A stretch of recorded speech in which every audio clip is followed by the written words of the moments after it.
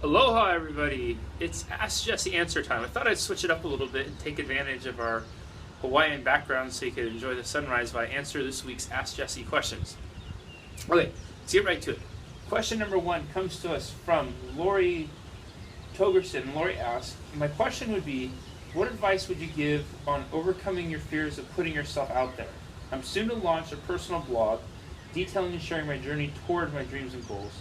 I'm a dream chaser by nature, but I've always done so privately. I want to step out and share the journey, meet new people, align, and who knows, maybe inspire while being inspired. I want the full platform. It's getting on video, YouTube.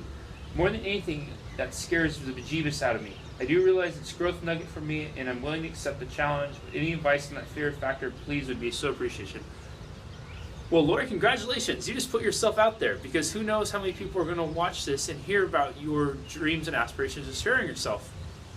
And my advice and my encouragement to you and to anybody who has dreams and they want to put themselves out there and it involves putting yourself out there in the public realm is focus not on the fear of putting yourself out there, because it can definitely be scary.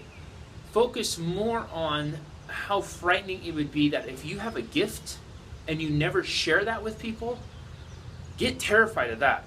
Imagine, just take a moment, shut your eyes, visualize your life from now until 5 years from now, 10 years from now, 20 years from now, if you never do it.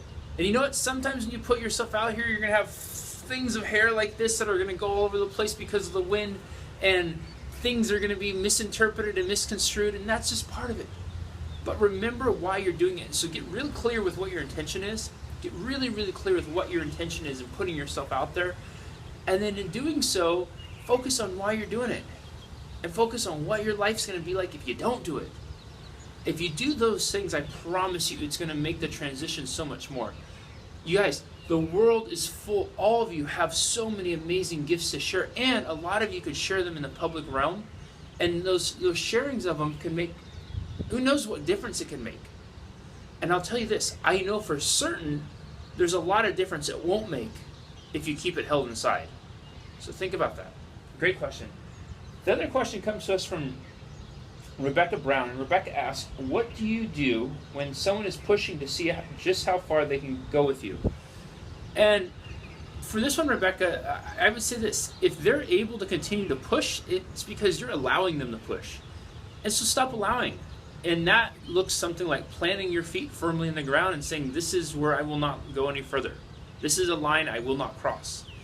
And that has to be something for you that you decide. And then when you decide it, you stick with it. Okay, people are only going to really be able to push as far as we're going to allow them to push. So if you want to draw that line, if you want it to stop, you got to stop yourself. You got to stop every time they push to step back. Because every time you give up that ground, guess what? They've just gained ground on you, and they can push a little more, right? So put your feet firmly in the sand.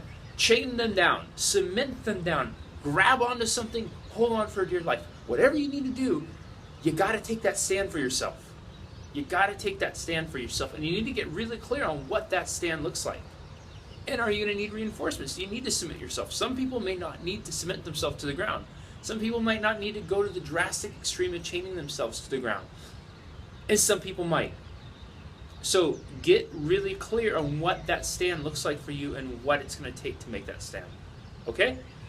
Awesome questions this week, guys. I hope you enjoyed the background. Just give you one more quick view. It looks like it's going to be a beautiful day here in Honolulu.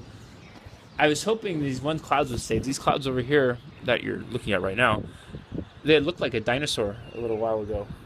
Not so much anymore. All right.